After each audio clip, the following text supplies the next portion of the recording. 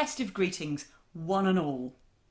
This Christmas period, I have seen a sign. In fact, I've seen a whole bunch of signs. Yes, glory be. Let it be known that 2021 is the year that we ended violence against women and girls in Hackney with some posters. So here we are. The rape conviction rate in the UK is virtually zero. Rape is basically legal.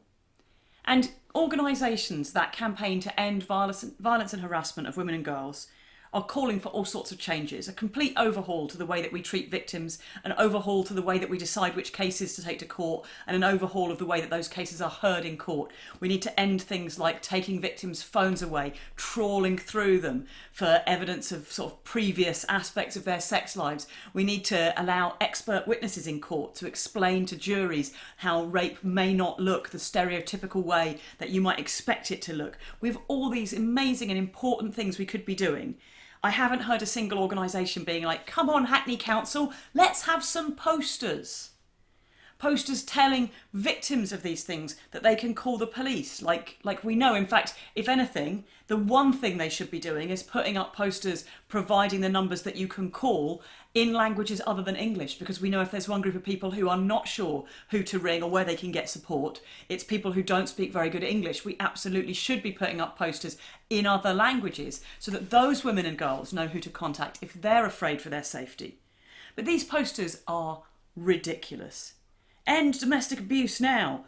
If you're hurting someone, you could lose your home, your family. Well, actually, weirdly, your family is not a collection of objects like your home that you have some sort of legal right to. Your family could also choose to leave of their own free will, and they're allowed to, and you shouldn't be doing anything about that. We're going to stamp out street-based harassment and abuse, including sexually explicit language, derogatory and abusive comments, etc., etc. And if you're doing any of these, you risk being arrested and even going to prison. You don't. If you shuffle up to me in the high street out there and mutter titwank, you do not risk arrest or going to prison. If I try to ring the police about that, they won't even be remotely interested. They'll probably think it's funny. They shouldn't. That shouldn't be the world we live in. But realistically, come on.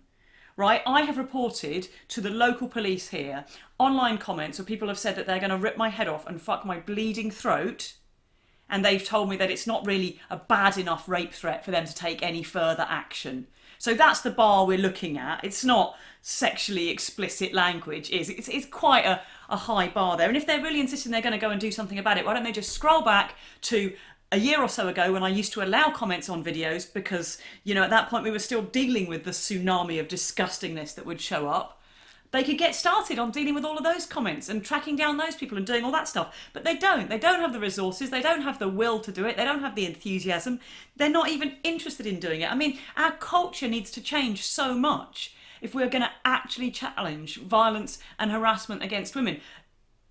Do you know that the percentage of women who have been raped is unclear, right? If we say to women, have you ever been raped? The number who say yes is terrifyingly high.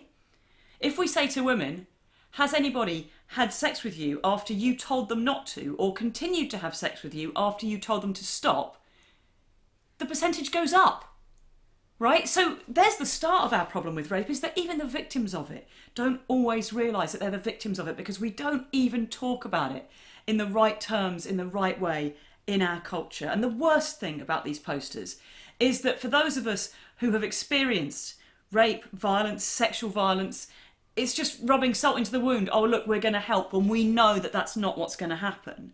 And for those who haven't, they make it look as though there's this huge support system out there with loads of spare capacity. And then when someone says to them, I've actually been a victim of something quite awful, they're like, oh, don't worry, Hackney are on it. Look at this, they've got so much free time, they can put up posters everywhere.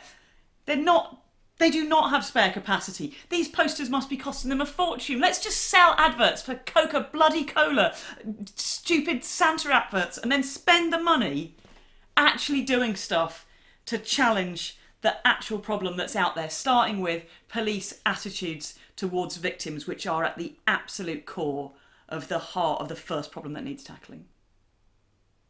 Merry Christmas. See you next week.